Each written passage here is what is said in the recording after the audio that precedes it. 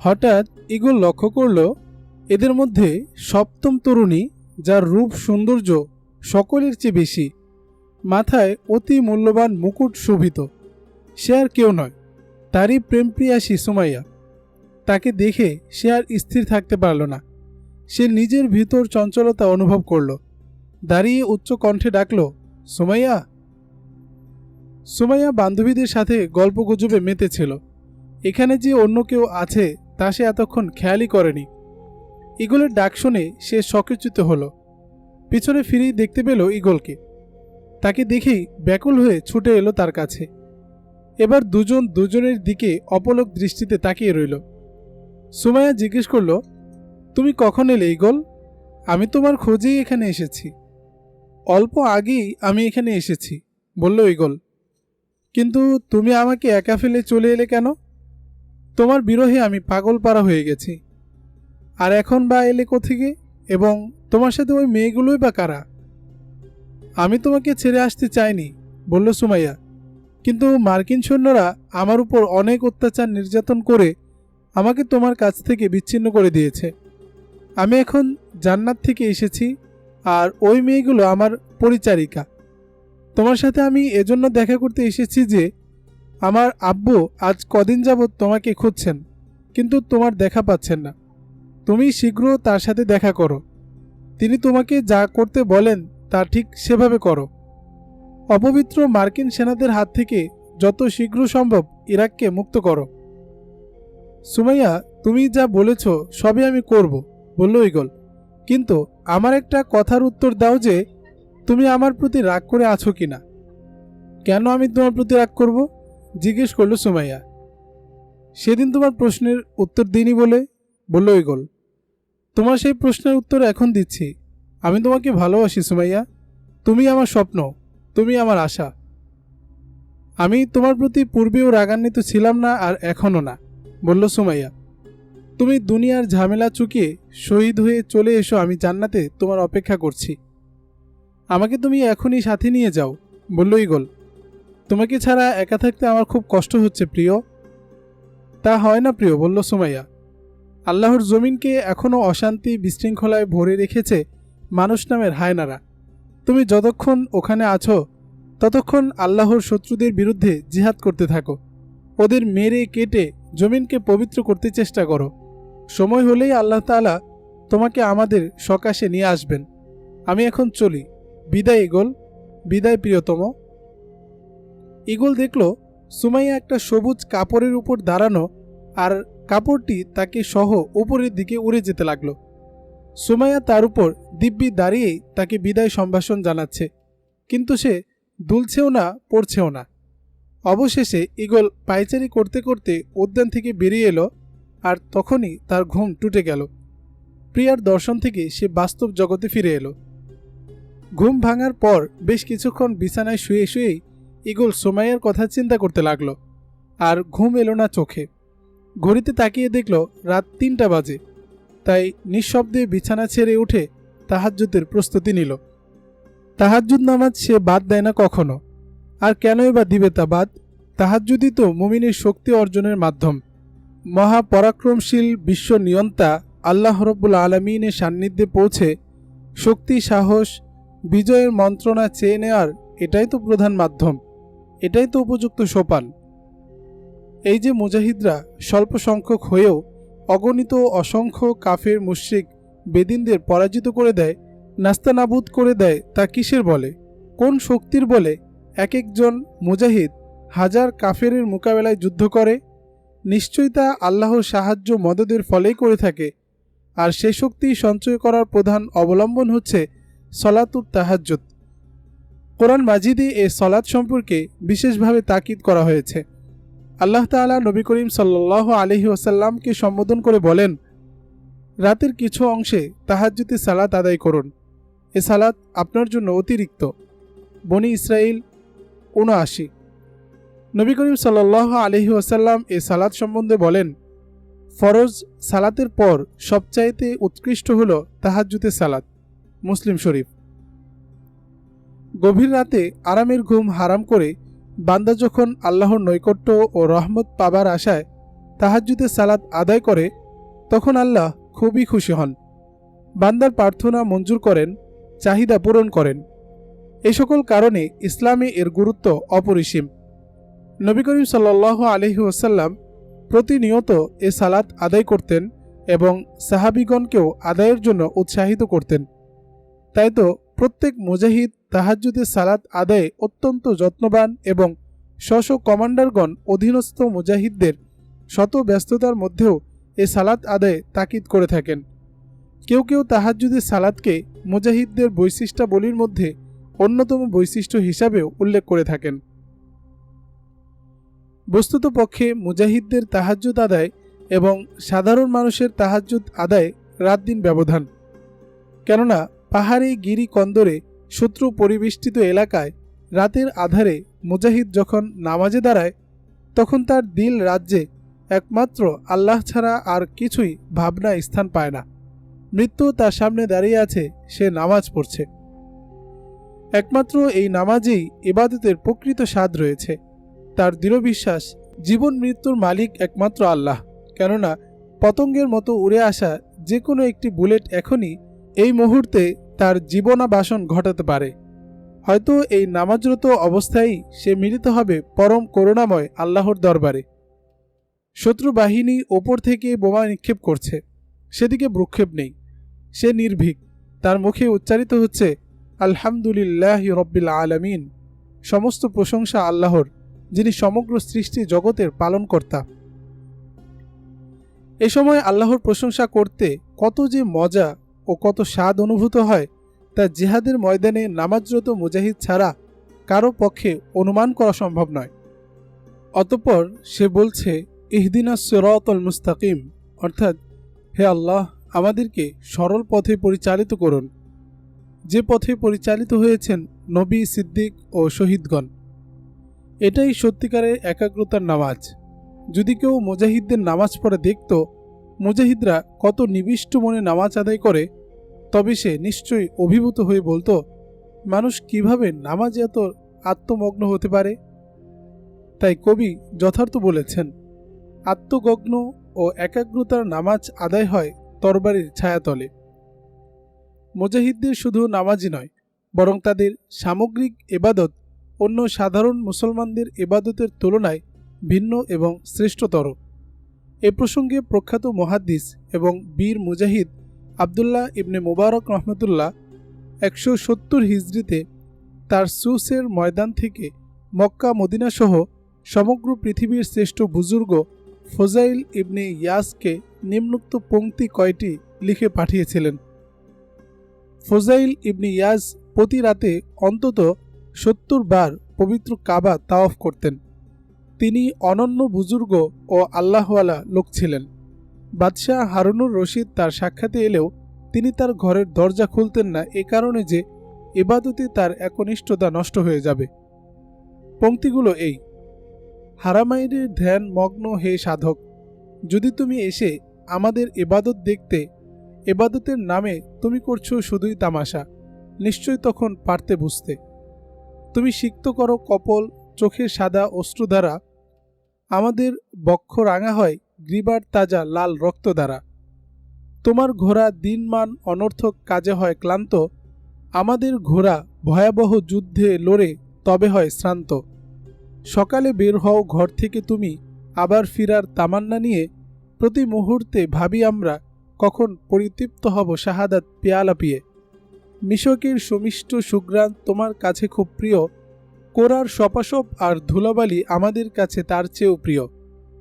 আমি প্রিয় নবীজি সাল্লাল্লাহু আলাইহি ওয়াসাল্লামের একটি বাণী তোমাকে দিতে চাই স্মরণ করে, সাধ্য নেই কারোর যে তাকে মিথ্যা প্রতিপন্ন করতে পারে। তা হল, আল্লাহর পথের ধুলাবালি থাকবে নাকে যার, জাহান্নামের ধুয়ো একত্রিত হতে পারে না তার। আল্লাহর এই কিতাবই দেবে আমাদের মাঝে ফয়সালা, শহীদের তো মৃত্যু নেই, নেই কোনো কষ্ট জ্বালা।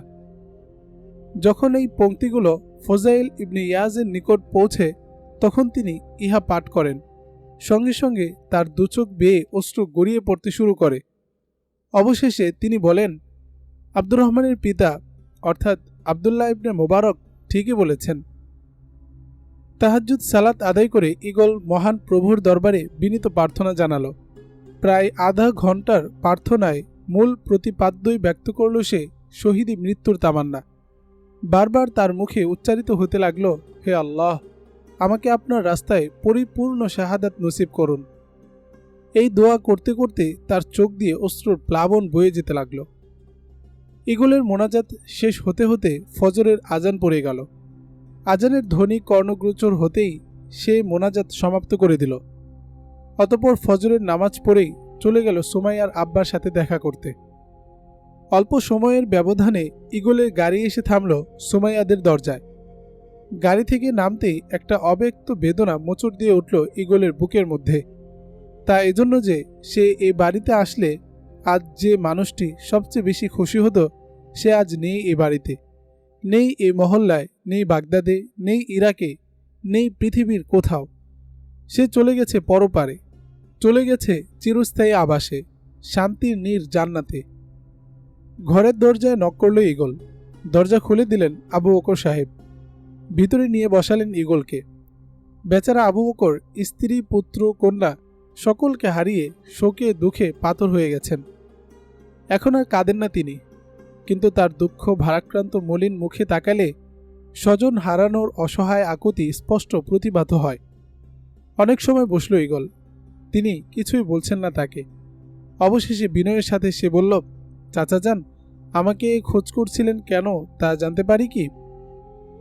একটা জরুরি সিদ্ধান্ত চূড়ান্ত করার জন্য তোমাকে প্রয়োজন ছিল আমার। মলিন মুখেই বললেন আবু বকর সাহেব, তা হলো এই নিষ্ঠুর পৃথিবীতে বেঁচে থাকার তিল পরিমাণ ইচ্ছা আমার নেই।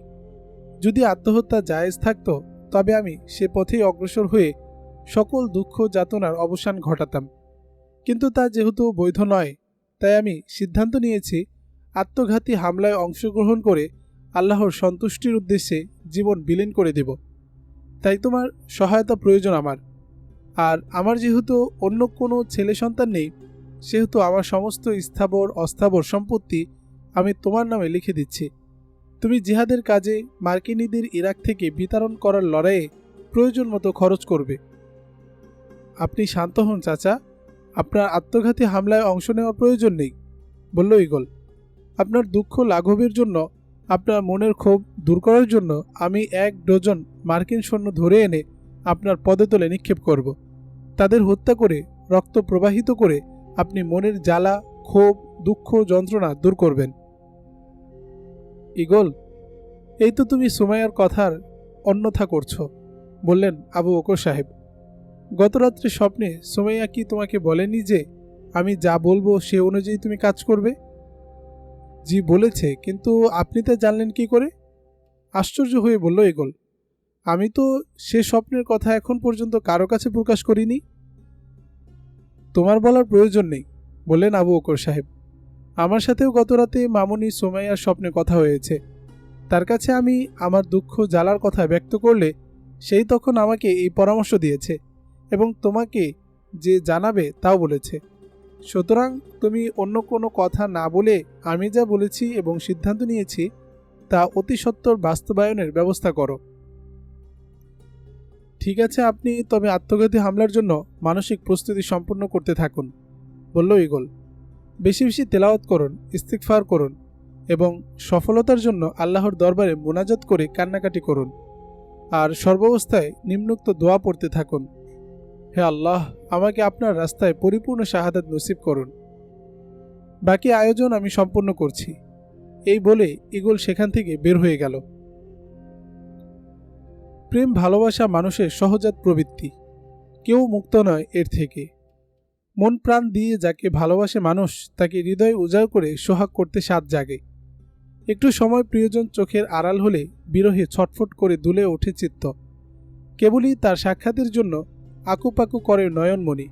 তাই তো প্রেম মানে না কোনো বাধা বিঘ্ন, ধার ধারে না কোনো রাজা বাদশার চোখ রাঙানি, যুদ্ধ বিগ্রহ থোড়াই কেয়ার করে সে।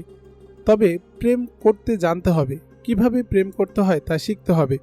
ভালোবাসার গণ্ডি অতিক্রম করা যাবে না কোনো ক্রমেই। সালমান পরিপূর্ণ সুস্থতা অর্জন করেছে। পুনরায় হোটেলে ফিরে যেতে চায় সে, কিন্তু এখানকার সকলে বাদ সাধে তাতে। সবচেয়ে বেশি আপত্তি তোলে রুকাইয়া। সে এ কথাটা সালমানের মুখে শুনতেই চায় না। তাকে এখানেই অবস্থান করার জন্য চাপ সৃষ্টি করায় পিতার মাধ্যমে। খেপিয়ে তোলে মুয়াজকে, সাহায্য নেয় স্বয়ং ঈগলের। তার যুক্তি হচ্ছে, বাগদাদ যখন ইরাকি বাহিনীর নিয়ন্ত্রণে ছিল তখনই মার্কিনীরা সালমানকে হত্যার জন্য হামলা করল, আর এখন তো পুরো ইরাক ওদের দখলে। এমত অবস্থায় তার হোটেলে থাকা মোটেও নিরাপদ নয়, কেননা ইতিমধ্যেই দখলদার হানাদার বাহিনীর হাতে ১৯ জন সাংবাদিক নিহত হয়েছে। সালমানকে আটকানোর ফন্দে আটে রুকাইয়া। কিছুতেই সে মনের মানুষকে চোখের আড়াল হতে দিতে চায় না। পিতার মাধ্যমে তার উপর দায়িত্ব অর্পণ করায় মুজাহিদদের তালিম তরবিয়ত প্রদানের। এদিকে মুয়াজ তার চলে যাওয়ার কথা শুনে একদম বেঁকে বসল, রীতিমতো অনশন শুরু করে দিল। সারাদিনে খেল না কিছুই। রুকাইয়ার আপত্তি, ঈগলের অনুরোধে মুয়াজের অনশন, সর্বোপরি মেজর সাহেব কর্তৃক মুজাহিদদের তালিম তরবিয়তের দায়িত্ব প্রদানকে সামনে রেখে হোটেলে যাওয়ার সিদ্ধান্ত ত্যাগ করে সালমান। হাফ ছেড়ে বাঁচে রুকাইয়া। খুশি হয় খুদে হাফেজ মুয়াজ বিন আসাদুল্লাহ। তুলে নেয় তার অনশন, খেতে শুরু করে সালমানের কোলে বসে। সালমান এখন নিয়মিত সংবাদ সংগ্রহ করতে শুরু করেছে। মাঝে মাঝে সে মুজাহিদদের সাথে বিভিন্ন অভিযানের কৌশলী হিসেবে কাজ করছে। সশরীরেও অংশ নিচ্ছে কোনো কোনো অভিযানে। জিহাদ করতে যে কি স্বাদ তা অনুভব করতে পারছে সে এই সকল অপারেশনে। ইতিপূর্বে জিহাদ না করতে পারায় তার মনে যে অপূর্ণতা ছিল, যে শূন্যতা অনুভব করত, সে কোরআন তেলাওয়াতের সময় আল্লাহর দরবারে অপরাধী সাব্যস্ত হওয়ার যে আশঙ্কা তাকে আতঙ্কিত করে রাখত, আজকার দিনগুলোতে সশরীরে জিহাদে অংশগ্রহণ করতে পেরে সকল অপূর্ণতা, শূন্যতা, আশঙ্কা বোধ তিরোহিত হয়ে গেছে তার। আজ যদি কেউ জিহাদের উপকারিতার বিপরীতে হাজারো যুক্তি পেশ করে, তবে তা বিশ্বাস করা সালমানের পক্ষে আদৌ সম্ভব নয়।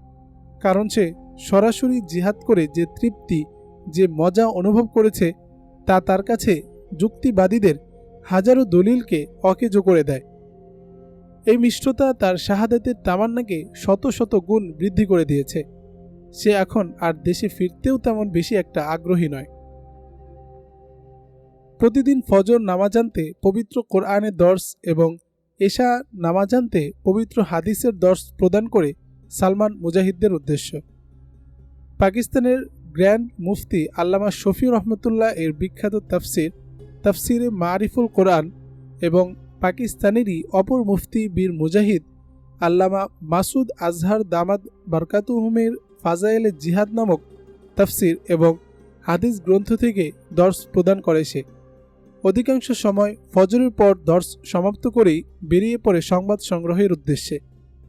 সারাদিন বিভিন্ন স্পটে এক শহর থেকে অন্য শহরে ভ্রমণ করতে থাকে। এদিকে যখন সালমান বাহিরে যায় সংবাদ সংগ্রহ করতে, তখন ফিরে না আসা পর্যন্ত উৎকণ্ঠিত থাকে রুকাইয়া। এক তো প্রেমের টান, দ্বিতীয়ত যুদ্ধক্ষেত্রের ঝুঁকিপূর্ণ সাংবাদিকতা বেশি পেরেশানিতে ভোগায় রুকাইয়াকে।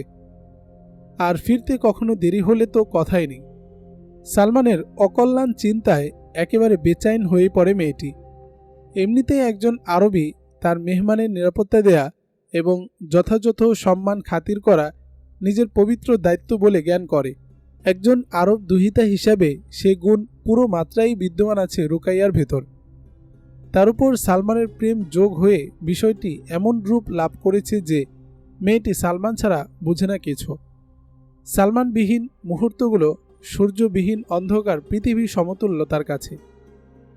সালমানের প্রেম সাগরে হাবুডুবু খাওয়া সত্ত্বেও রুকাইয়া ভুলেনি তার জাতীয় কর্তব্য, বরং সালমানের অনুপ্রেরণার দখলদার বিরোধী আন্দোলন লড়াইয়ে নব উদ্যমে কাজ করে চলছে সে।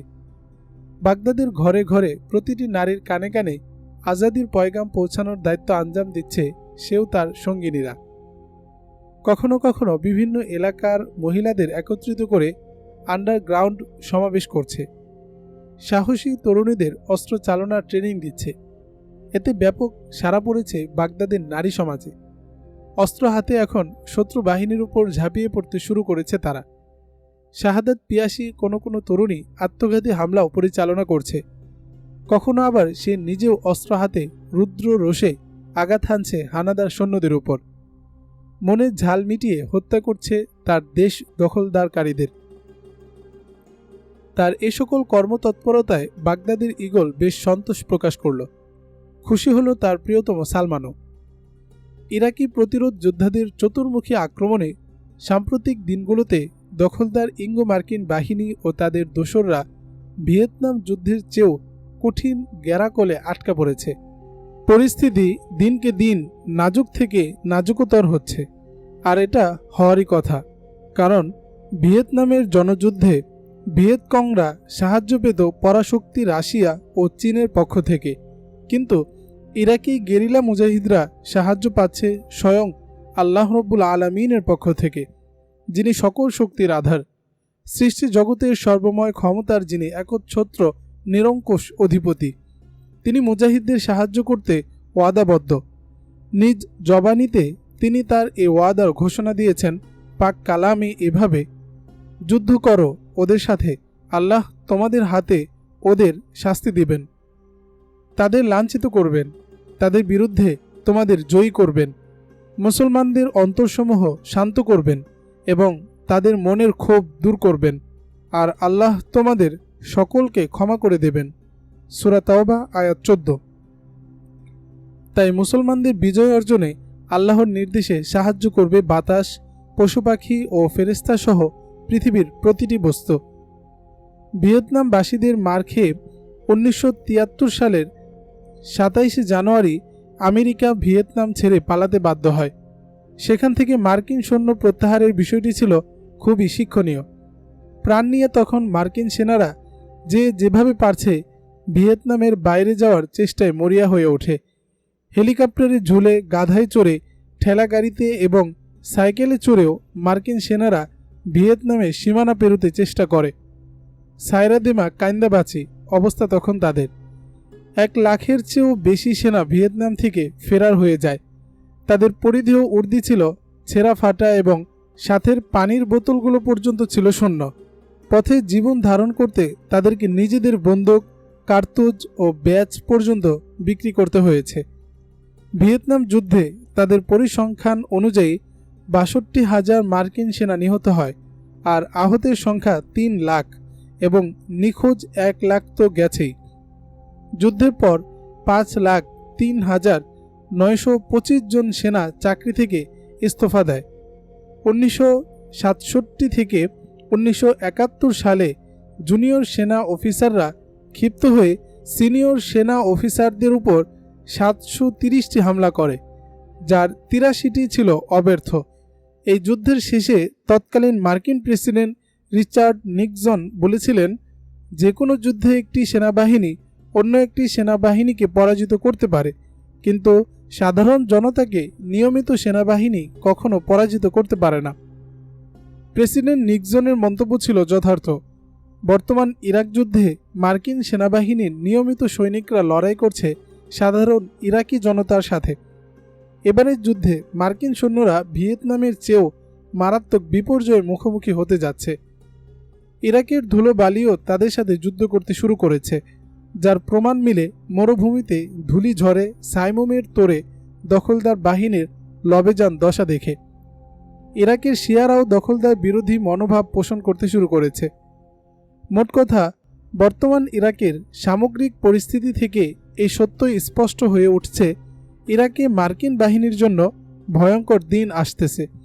সেই দিন খুব বেশি দূরে নয়, যেই দিন ইরাকের প্রতিটি মানুষ, শিয়া সুন্নি নির্বিশেষে, প্রতিটি গাছপালা, প্রতিটি বাড়িঘর, প্রতিটি পাহাড় পর্বত, প্রতিটি গুহা বাংকার, প্রতিটি ধুলোবালি অণু পরমাণু দখলদারদের বিরুদ্ধে লড়াই শুরু করবে। চলবে সর্বশেষ দখলদার সৈন্যটির ইরাক ত্যাগের পূর্ব পর্যন্ত অব্যাহতভাবে। বাগদাদ ইরাকের রাজধানী হওয়ায় এখানকার ঘটনাবলীর প্রভাব পড়ে পুরো দেশে। ইদানিং মুজাহিদরা বাগদাদ কেন্দ্রিক হামলা জোরদার করেছে।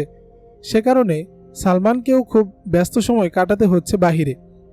কখনো কখনো তার বাসায় ফিরতে বেশ দেরি হয়ে যায়, আর এতে শঙ্কিত হয়ে পড়ে রুকাইয়া। একদিন পুরো রাতে বাসায় ফিরতে পারেনি সালমান। সে রাতে একটুও ঘুমাতে পারেনি রুকাইয়া। জেগে থেকেছে সমস্ত রাত। এই বুঝি বা এলো সালমান, এই বুঝি তার গাড়ি এসে গেটের কাছে থেমেছে, এই বুঝি দরজা নক করেছে সে।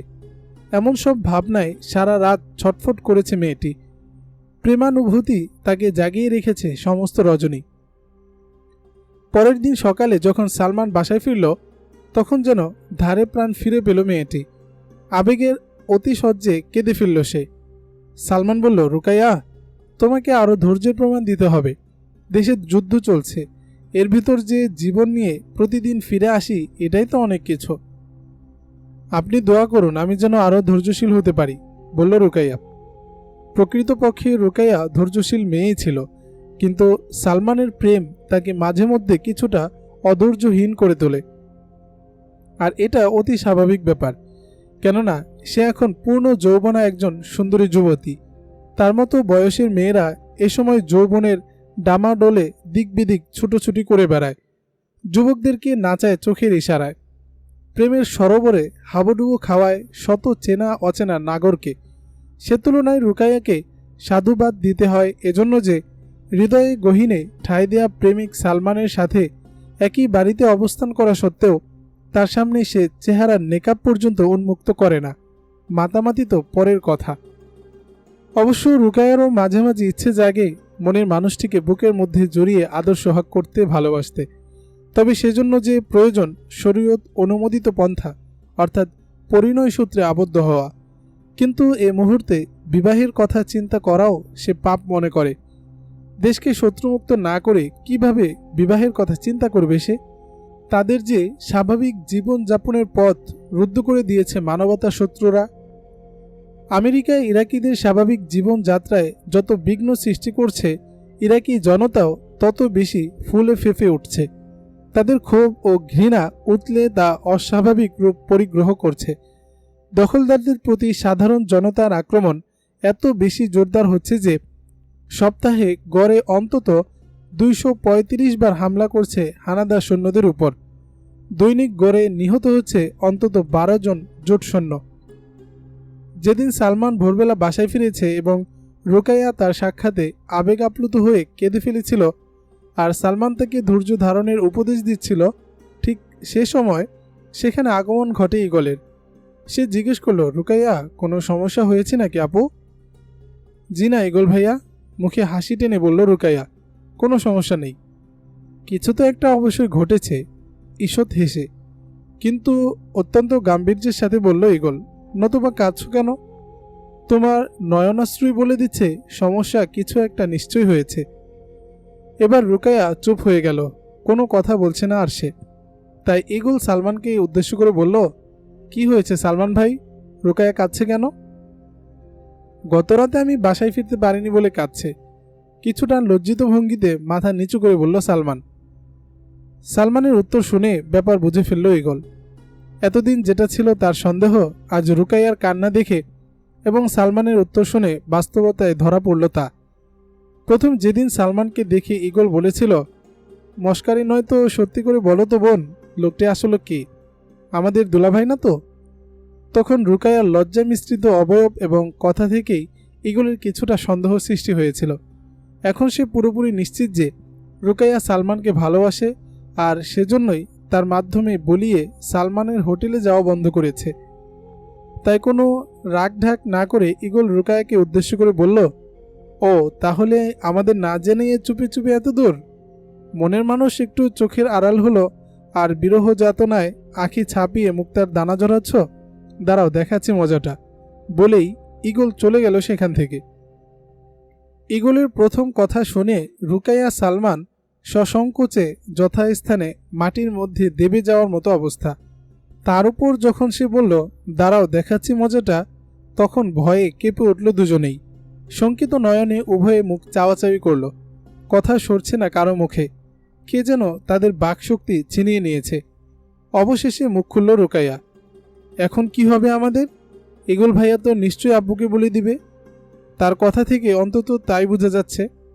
তখন সম্মানের হানি ঘটবে আমার চেয়ে আপনার বেশি। আপনি আমাকে ক্ষমা করে দিন, আমি আর কখনো আবেগতাড়িত হব না, কাঁদব না 1 সপ্তাহ বাড়িতে না আসলেও। রুকাইয়ার কথা শুনে এই আকস্মিক বিপদেও হাসি পেল সালমানের। তাও সে হাসিকে নিয়ন্ত্রণ করে তাকে উদ্দেশ্য করে বলল, শোনো রুকাইয়া, ভালোবাসা যেরকম মানুষের জীবনে অনাকাঙ্ক্ষিতভাবে আসে, তেমনি সাথে করে সে নিয়ে আসে অনাকাঙ্ক্ষিত বিপদও। তাই প্রকৃত প্রেমিকরা সে বিপদে ভয় পায় না, ঘাবড়ে যায় না। কারণ ফুলকে পেতে হলে কাটার আঘাত সহ্য করে নিতে হয়। সেজন্য এখন থেকে সামনে যা ঘটবে তা আমাদের মেনে নিতেই হবে। তাছাড়া আমার বিশ্বাস ইগল কোনো জটিল সমস্যা সৃষ্টি করবে না। তারপর করেও যদি, তাতে আমরা অতটা অসম্মানিত হব না। কেননা আমরা একে অপরকে ভালোবেসেছি ঠিক, কিন্তু সীমা অতিক্রম করিনি। তুমি যাও, নিশ্চিন্তে তোমার কাজ করো গিয়ে, আমি আমার কাজে ব্যস্ত হচ্ছি। ইগল, তুমি যেটা ধারণা করেছো ব্যাপার তা নয়। আমার মেয়ে এমনিতেই একটু নরম দিলের, সেজন্য মেহমান রাতে না ফিরায় সে তার অমঙ্গল চিন্তায় ঘাবড়ে গিয়েছিল হয়তো। আর সে ফিরে আসায় খুশির আবেগে কেঁদে ফেলেছিল। ব্যাপারটা এরকম কি হতে পারে না?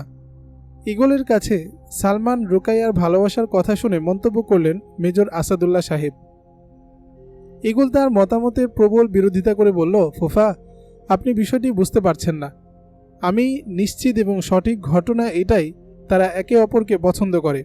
সুতরাং আপনি এ ব্যাপারে একটু চিন্তা ভাবনা করুন। তাছাড়া আপনার কন্যা এখন বড় হয়েছে, তাকে পাত্রস্থ করা একান্ত প্রয়োজন। কিন্তু যুদ্ধের ডামাডোলে পাত্র খোঁজার সুযোগ কই? এ যুদ্ধ শীঘ্রই বন্ধ হওয়ার কিংবা থেমে যাওয়ার আশঙ্কা আপাতত একেবারেই ক্ষীণ। কেননা যতদিন ইঙ্গো মার্কিন অথবা যে কোনো একজন বিদেশি সৈন্য ইরাকে থাকবে, ততদিন আমাদের প্রতিরোধ যুদ্ধ অব্যাহতভাবে চলতে থাকবে। আর মার্কিনিরা যে খুব শীঘ্রই চলে যাবে না, তা তাদের ভাবভঙ্গিমায় বোঝা যাচ্ছে। নতুবা তারা 14টি ঘাঁটি ইরাকের মাটিতে কেন করবে? এর দ্বারা বোঝা যায় ইরাক ছাড়তে তারা রাজি নয়। অতএব যুদ্ধ শেষ হবে, আমরা ওদের সকল ঘাঁটি গুড়িয়ে দেব, ইরাকে পুনরায় স্বাভাবিক পরিস্থিতি ফিরে আসবে, তারপর মেয়ে বিয়ে দিবেন, এমন ভাবনার কোনো সুযোগ নেই। আপনি রাজি হয়ে যান, আমি আজই ওদের বিয়ের আয়োজন সম্পন্ন করে ফেলি। ইগলের যুক্তির সামনে মেজর সাহেব হার মানলেন। তবু বিভিন্ন কারণে তিনি হা না কিছুই বলতে পারছেন না। তার দোটানা ভাব দেখে ইগল বলল, এখন আপনি কি ভাবছেন ফুফা? ভাবছি আমাদের এখানে তো দেশি বিদেশি অনেক মুজাহিদগণ আছেন, যারা মার্কিনীদের বিরুদ্ধে লড়াই করছেন ইসলামের পক্ষে, ইরাকের পক্ষে। যুদ্ধকালীন সময়ে তারা নানা রকম সমস্যার সম্মুখীন। বেশ কিছু সংখ্যক মুজাহিদ আহত হয়ে চিকিৎসারত। এমত অবস্থায় আমি কি করে কন্যার বিয়ের আয়োজনের অনুমতি দিতে পারি? এ সকল মুজাহিদরা আমাকে কি ভাববে, তুমি বলো। আপনি সেই চিন্তা করছেন, বলল ইগল। তবে এই দায়িত্ব আমি নিচ্ছি, তাদেরকে আমি বোঝাবো। আমার বিশ্বাস মুজাহিদরা এই বিয়ের সংবাদে অসন্তুষ্ট না হয়ে বরং তারা অত্যন্ত খুশি হবে। কেননা তারা এখানে এসে শুধু মারা আর মরার খেলা নিয়েই সময় অতিবাহিত করছে। দুনিয়াবি কোনো আনন্দ বিনোদনের সাথে তারা বহুদিন ধরে অপরিচিত। এই বিয়ের উপলক্ষে তারা কিঞ্চিত হলেও আনন্দ উল্লাসের সুযোগ পাবে। এতে তাদের মন উৎফুল্ল হলে দেহের শক্তিতেও প্রবৃত্তি আসবে। তাহলে তুমি বিয়ের আয়োজন করতে পারো, বললেন মেজর সাহেব। এ ব্যাপারে ওদের সাথেও আগেভাগে আলাপ করে নাও, এ মুহূর্তে তারা বিয়ে করতে রাজি আছে কিনা। মেজর সাহেবের সাথে কথা পাকাপাকি করে ইগল প্রথমেই গেল রুকাইয়ার নিকট। গিয়েই বলল, এবার প্রেম করা শাস্তি ভোগ করার জন্য তৈরি হয়ে যাও। তোমাদের এমন শাস্তি দিব আমি, যাতে জীবনে আর প্রেম করার কথা কল্পনাও করতে না পারো। ইগলের এরকম অস্বাভাবিক কথায় রুকাইয়া খুব বেশি ঘাবড়ে গেল। হাত পা কাঁপতে শুরু করলো তার, কণ্ঠ তালু শুকিয়ে গেল। কাঁপা কাঁপা স্বরে বলল, ভাইয়া, শাস্তি দিতে হলে আমাকেই দিবে, তার কোনো দোষ নেই কিন্তু।